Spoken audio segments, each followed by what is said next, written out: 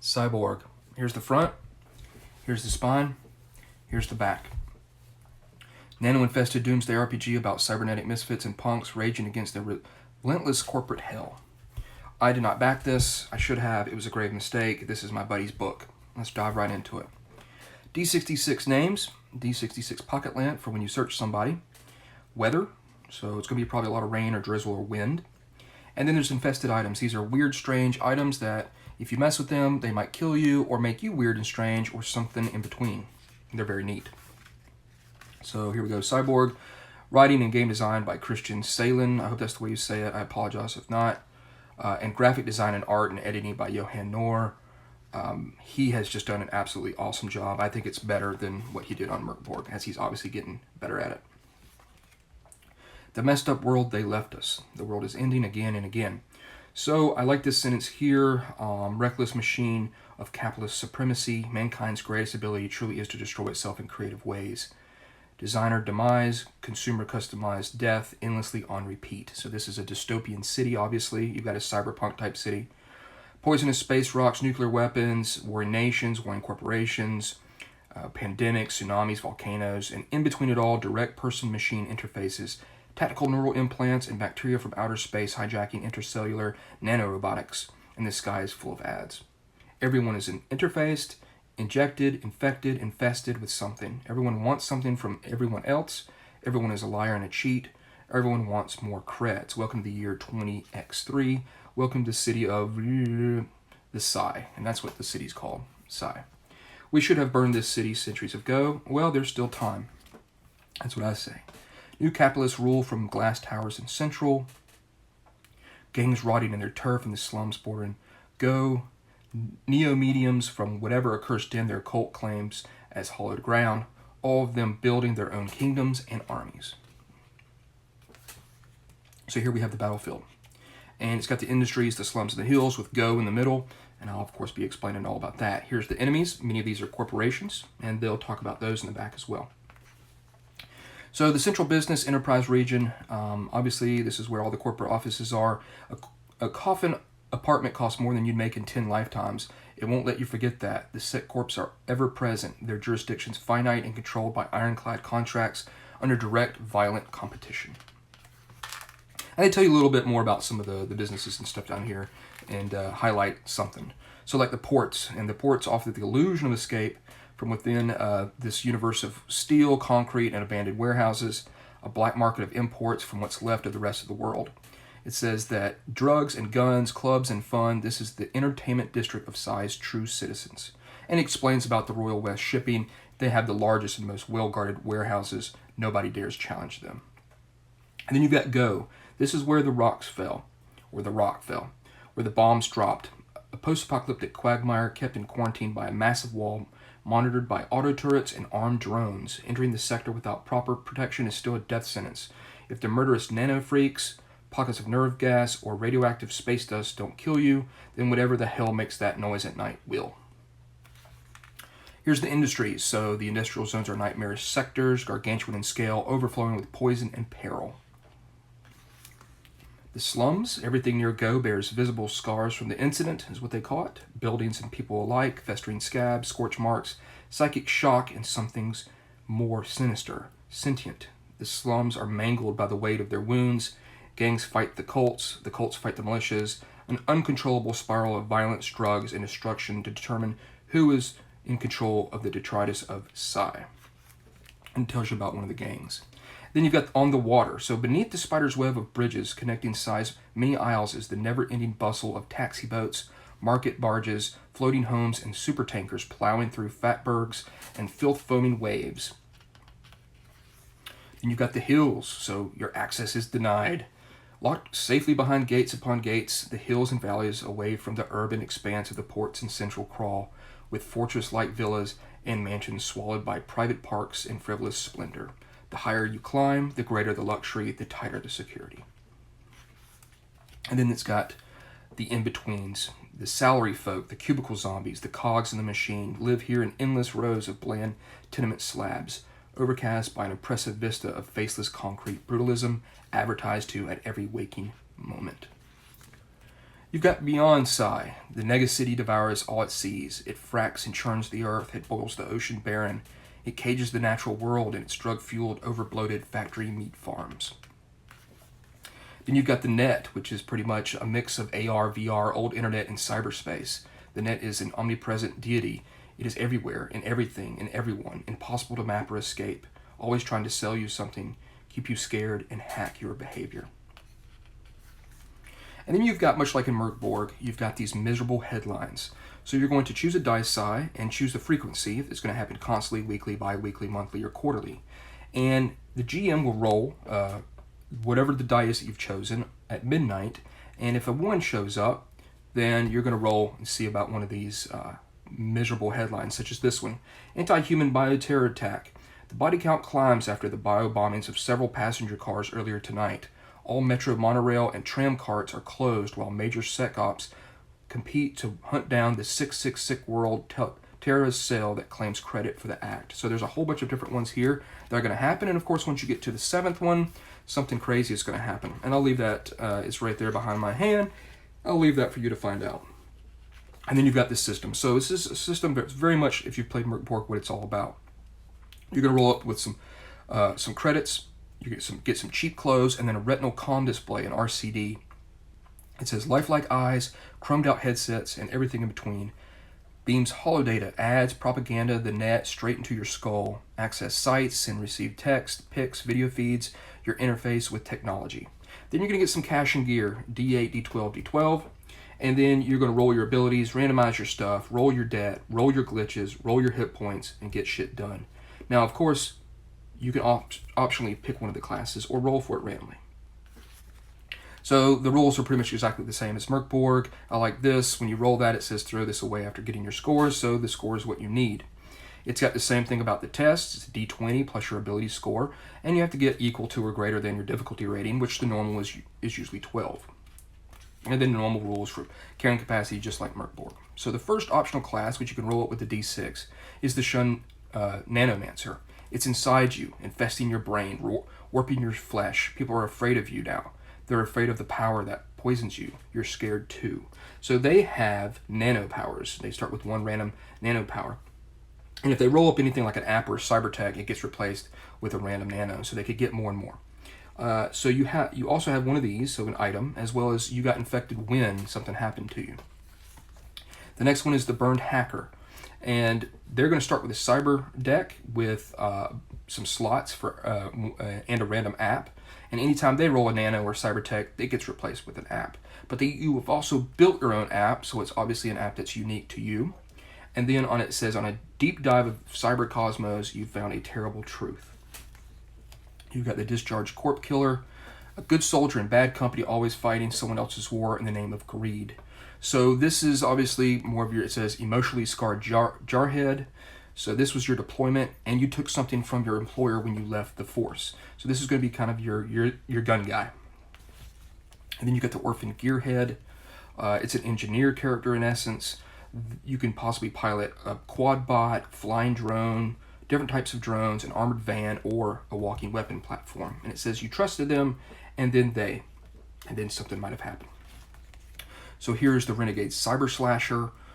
It says here that it's pretty much a character that is death incarnate, and they love to get up close and personal to kill somebody. So it says your trench coat hides most of your, it says blade, chainsaws, vine-hander, baseball bat, or flail. And then it says you try to start each day with, and you roll a d6. And it could be anything from like doing yoga and meditating to obsessively laying out your clothes and cleaning your gear. Here is the Forsaken Gangoon. You ran with the only gang to have your back and treat you like more than slum trash. They were your family, and you bled, stole, fought, and killed for them. They're gone now, and you have to keep your edge. This is pretty much a criminal. Your specialty was possibly hitting people, brawling, breaking and entering, fencing, cleanup, or assaults. And this explains here about what was up with your gang. And then you've got your style. So this is optional PC and NPC tables. You can roll D100 for a style. Now, I don't know what some of these things are. I don't know what Monster Wave is, or New Prep, or Pyrocore. So you may have to be a little bit creative with those. And then you've got a D100 feature thing. It could be a forehead display, golden grills, palms covered in notes. It could be tons of jewelry. Then you've got wants. Maybe it's burn it all down, cash, drugs, freedom, fame, fun, justice, love. A quirk. Maybe you're a chain smoker, or you chew on your hair, you're flirty. And then you've got a current obsession. Maybe it's bones or blades or graffiti, mixing stimulants, model mech kits, shades. And then you've got, you also begin with one of these. So you start with a weapon here, broken bottle, machete, throwing knives, ancient revolvers, smart gun. And then you've got armor. So no armor, style guard, rough, smart wear. One thing that's cool about this smart wear is that it's equipped with pretty much an injector of a drug that'll heal you, combat armor, and then the in-game class exosuit. Everybody has a debt, and who do you have a debt to? And then it says how badly do they want their cash back. You roll a d6, and 1 through 6 is vary. So this is obviously why you're out and doing what you're doing. Here's the equipment. One thing I like about Merkborg, Cyborg, everything like that, is that they try to cram in as much information in a very, very small, easy to understand way. They maximize the space. So some items are available as Cybertech implants and mods for times 10 or times 50 the listed price. Then it has these X's here. It says they're illegal or required a security operative license. Without it, Sec Ops are authorized to shoot to kill. So it lets you know very easily which ones are illegal without having a whole other section to tell you that. Also with transport and housing, I like how it has 1 trip, monthly fee, or if you want to own it. So if you want to own a bike, or if you want to use a monthly fee to pay for a bike, and the same thing with housing. It's very cool. And then we've got the list of weapons for sale. Now, one thing you're going to see is it has the damage here for like this 9mm pistol. It has an A beside it, and that means it's capable of auto fire. Ammo, after combat, roll a d8 for each weapon you have fired, or d6 if you used auto fire. On a 1 to 3, result means you are out of ammo and you have to reload. Regular ammo costs 10% of the new weapon's price. Then you've got these single-use booster mods, and they modify a single shot with a special ability. So it does normal damage, and then it can do something else, like Inferno, make somebody ill, armor piercing, knock them down, frag, ricochet, or heat seekers. Then you've got drugs. Red juice is going to be a big one. Obviously, it's going to heal you, and it has the cost for weaker recreational doses as well. But those are going to be very important, obviously, to juice up on some of those. Then we've got Cybertech. So retractable claws, a mule pocket, subdermal shockers, buzz eyes, skin hard, deserter fangs, and these are all going to be obviously cybernetics. But what happens is, as you get more cybernetics, you have a tendency to go into Cyrage easier. So here we've got the apps and your cyber deck, and a lot of these are going to kind of be like magical abilities, and you can also hack without apps. It just takes a little bit longer. But what the game has introduced, in essence, is this push your luck fumbling ability here. So a fumble burns the app for the day and triggers a backlash. Each app use adds +1 to the risk of fumbling when using apps until the next day. So as you use more apps, your rate of fumbling is going to go up. It's very much like the cleric ability in DCC RPG. So you're pushing your luck, and you can get a backlash, which here's a big list of them, and they can destroy your cyber deck, damage you, or even kill you. And then we've got Nano Powers. So strange powers, rumored to be an infection of alien bacteria riding nano robots that first appeared in the incident's aftermath. As a host of the parasitic menace, you are granted curious powers, a blessing, or perhaps you are merely a conduit for something you cannot comprehend. So each power comes linked with a random infestation. And it's the same thing. It's going to push your luck with fumbles. So as you use these powers, which they're very cool, if you roll within that fumble range, you're going to get an infestation. And each one's linked. So you could have you can have a power such as Bent Prism, and it could be linked to gills. And so the infestation, it has this bold text here. It says you can breathe underwater. That's a permanent effect, passive effect. But when you fumble, you're gonna get this. It's going to trigger it. And it says for D6 rounds, you cannot breathe air. Test toughness DR12 each round or suffer D4 damage. So you're really pushing your luck with these infestations. And then we've got glitches. Glitches are in essence omens from Merkborg. And you begin with D2 glitches unless your class says something different. And they allow you to do different things, such as deal maximum damage with 1 attack, lower damage dealt to by D6, or -4 DR to 1 test is just a couple of examples. Then you've got your rules for hit points. Now, it's all fairly normal, except there's a couple things. So when you go and become battered, you're at 0 hit points. You test presence DR10 with +1 DR for every cybertech installed. You're unconscious if you succeed. If you fail, you go into Rage. And someone in Rage goes berserk, temporarily gaining D8 hit points and attacks random targets twice per round with their most effective weapon. Their attacks are DR10 and defense is DR14. This doesn't stop until battered, dead, or otherwise sedated. So as you get more cybertech, the more chances are you're going to go into Rage. There's also critical injury, which destroys a part of your body, which you'll need to get, hopefully, modified, an emergency body modification, and get it replaced. And these do not add to the Rage. These are probably some sort of organic body part that's created for you. And then you've got the combat section. Now, the new thing in here is auto fire. So with Merkborg, when you take a normal shot with like a bow, it's a presence DR12 to hit, and then you roll damage. Well, weapons that can auto fire, they use agility DR12 to hit, and then you roll for damage. Hits also allow a second attack against either the same target or another one nearby, up to a maximum of 3 attacks. So it's a way for you, obviously, to use your agility and pump out a lot more lead. There's rules here for drone combat. Obviously, they're very small. And then you count your bullets and maybe catch your breath and get some hit points back. There's some optional combat mods, taking cover, aiming, range. Hits always hurt, always does 1 point of damage. And then there's rules for suppressive fire, either you doing it or someone against you doing it. Rules for time, here's the time, rest, first impressions, and morale. And then here's your self-improvement. So you're going to have the normal Merkborg style of mobility changes, maybe get more hit points, or maybe you found something in your jacket, one of those being, it could possibly be a faintly glowing pebble that has a 20% chance of infecting you with a nano power. And then you've got foes. Show no mercy, they won't. So you've got guards and goons, generic sec ops or gang goons, United Citadel security operatives. They're pretty much the main security in the Psy. You've got some more bigger gangers here, the Virid Vipers, and you've got Roadrunners, Wasteland Scavengers. You've got a Psy-raging menace, violence-worshipping cyber freaks enhanced for combat efficiency and empathy repression. Here they are, pushed over the edge. And so they're going to be pretty nasty. And then you've got Gray Certs. These are very nasty guys to go up against, as well as corporate assassins and special forces.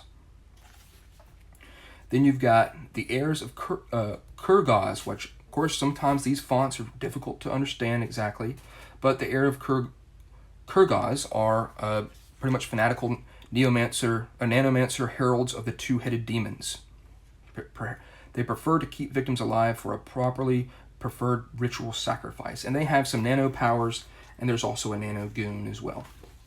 You've got drones, the crawler, the flyer, the stinger, and the turret. And then you've got some enhanced beasts, the wargs, the vamps, and the crocs, which are underwater horrors. They guard sewers, tunnels, and subsurface spaces. And so yeah, those are going to come at you. And then you've got Psydroids. You've got the Skulker, the Vindicator, and the Doppel. So obviously, these guys are going to also probably try to kill you. Then you've got Nano Freaks, and it took me a while to read that font as well. But these are things that are probably going to be in the area, the Go. And so behind those walls, the Headhunter, the Blight Husk, and the Whitetail. Then I like this Bloated, the Walking corpses that shamble inside Go, the rumored final fate of all nano-infected, and they can explode upon death or when receiving a crit. Its acid bile can hit up to D3 nearby targets. And then you've got combat vehicles, some rules here for armored cars, gunships, as well as mechs. Then you've got the Ghost, which is going to be pretty much your AI type of net creature that you're going to have to go up against. And then you've got a section here called Data. So it's a lot of D100 lists or D20 for style, feature, role, obsession, quirk, and wants. Now, some of these I just don't understand what they mean. Glitch mode, I don't know what that style is. So you're going to have to kind of play with those. What does the NPC want? Here's a mission generator. So this is very good. I'm glad this is in there. So the PCs all start with a debt that they need to pay back. And to avoid hunting down, you have to get money. So you're not repoed or been thrown back into the gutters of the slums. So you're going to roll your patron, and then your contact, and then the reward. What do they promise? It could be nothing. It could be a bunch of money or illegal goods. What's the job? What's the target? What's the location? And what's the geo? Somewhere in, and then a location within Psi. What's the security? What's the complication? What location features are there? A distinctive feature, a hidden feature, an additional danger. These are very helpful, obviously. I like this corporation generator. You can name the corporation, what's their latest controversy, and what's their main industry. Then there's a cult generator. What are they worshiping, and what's their temple? Here we've got D100 city events to help you give the city some life, as well as D20 net events. And then we've got Lucky Flight Takedown. This is going to be an introductory cyborg heist. And I'm not going to spoil this for you, but I'll just kind of flip a little bit. Obviously, it's got great maps. The PDF as well is extremely well done, much like Merkborg, with all the maps and stuff easily hyperlinked. Especially, you can click on there and go to where it needs to be. And as you can see, it's got that great Merkborg layout to it. It's a heist, obviously. So then you get the Corp Index. And this is going to tell you all about the corporation, who controls it, where are they, and what's currently going on with them. Some of these are not exactly like, they got the heirs of Kurgaz here, as well as this gang here. But they also deal with courier services and entertainment. So here's the index. So if you want to know about the city, there's the pages you need, the cults and corps, the opposition, the system. And then we've got the back thing here, giving you everything you need to know to play the game. Abilities and tests, the nano, what happens if you get in trouble, the apps. So quick reference here, how Rage works, and combat, everything like that, as well as your equipment. And then that's the end. So what do I think about this? I think it's excellent. I know that, this pretty much a lot of cyber games, they have a lot of rules to them. And this does a really great job at giving you something easy and light to play if you like Merkborg in a cyberpunk type setting. The whole city, the way it is, and that's it's slightly generic. I mean, obviously, that's something that people are going to gravitate towards when they make a city or a setting, is that it's going to be capitalism run amok and everybody is destitute. So that's not extremely unique, but just the way it's presented, I like the Nano Powers. The auto fire rules are cool. The hacking is done very easily. That's the thing about Cyborg. When it comes to communication, you've got, and it's really the same with Merkborg, you've got the ABCs of communication. You've got accuracy, brevity, and clarity.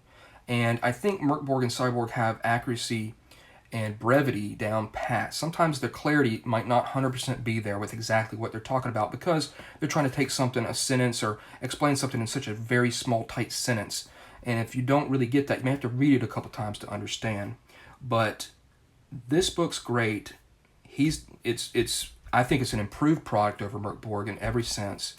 It's still going to lack that depth of when you want to have a bigger game and you want to level up and stuff. And I'm certain that a lot of that stuff is going to be pushed off to the third-party providers of stuff in order to maybe level up and get more powers or abilities or whatever the case may be. But just for what it is, how it looks, and really the concept behind, I like the headlines, and the Nano Power stuff is pretty neat. It's pretty deadly. It's pretty much there's a lot of push your luck in this, but it just looks great. I was expecting maybe a couple pages that had kind of that Merkborg cyberchrome look to it, as if it was made on a different paper or something, that kind of like it was a mirror or something like that. Not that I'm disappointed. I still think it looks amazing.